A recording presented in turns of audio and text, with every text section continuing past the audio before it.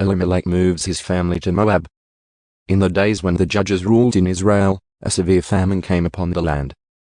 So a man from Bethlehem in Judah left his home and went to live in the country of Moab, taking his wife and 2 sons with him. The man's name was Elimelech, and his wife was Naomi. Their 2 sons were Mahlon and Chilion. They were Ephrathites from Bethlehem in the land of Judah. And when they reached Moab, they settled there. Then Elimelech died, and Naomi was left with her 2 sons. The 2 sons married Moabite women. One married a woman named Orpah, and the other a woman named Ruth. But about 10 years later, both Mahlon and Chilion died.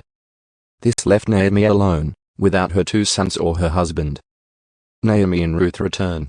Then Naomi heard in Moab that the Lord had blessed his people in Judah by giving them good crops again. So Naomi and her daughters-in-law got ready to leave Moab to return to her homeland. With her 2 daughters-in-law she set out from the place where she had been living, and they took the road that would lead them back to Judah. But on the way, Naomi said to her 2 daughters-in-law, "Go back to your mother's homes. And may the Lord reward you for your kindness to your husbands and to me. May the Lord bless you with the security of another marriage."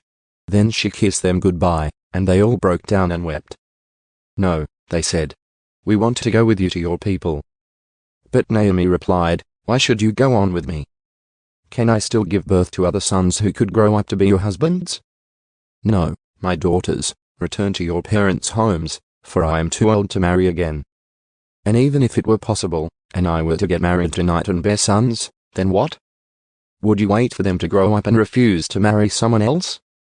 No, of course not, my daughters. Things are far more bitter for me than for you, because the Lord himself has raised his fist against me." And again they wept together, and Orpah kissed her mother-in-law goodbye. But Ruth clung tightly to Naomi.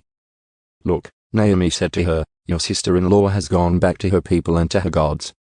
You should do the same." But Ruth replied, "Don't ask me to leave you and turn back. Wherever you go, I will go.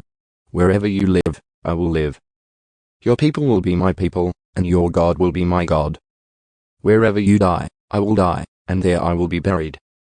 May the Lord punish me severely if I allow anything but death to separate us." When Naomi saw that Ruth was determined to go with her, she said nothing more. So the 2 of them continued on their journey. When they came to Bethlehem, the entire town was excited by their arrival. "Is it really Naomi?" the women asked. "Don't call me Naomi," she responded. "Instead, call me Mara, for the Almighty has made life very bitter for me. I went away full, but the Lord has brought me home empty. Why call me Naomi when the Lord has caused me to suffer and the Almighty has sent such tragedy upon me?" So Naomi returned from Moab, accompanied by her daughter-in-law Ruth, the young Moabite woman. They arrived in Bethlehem in late spring, at the beginning of the barley harvest.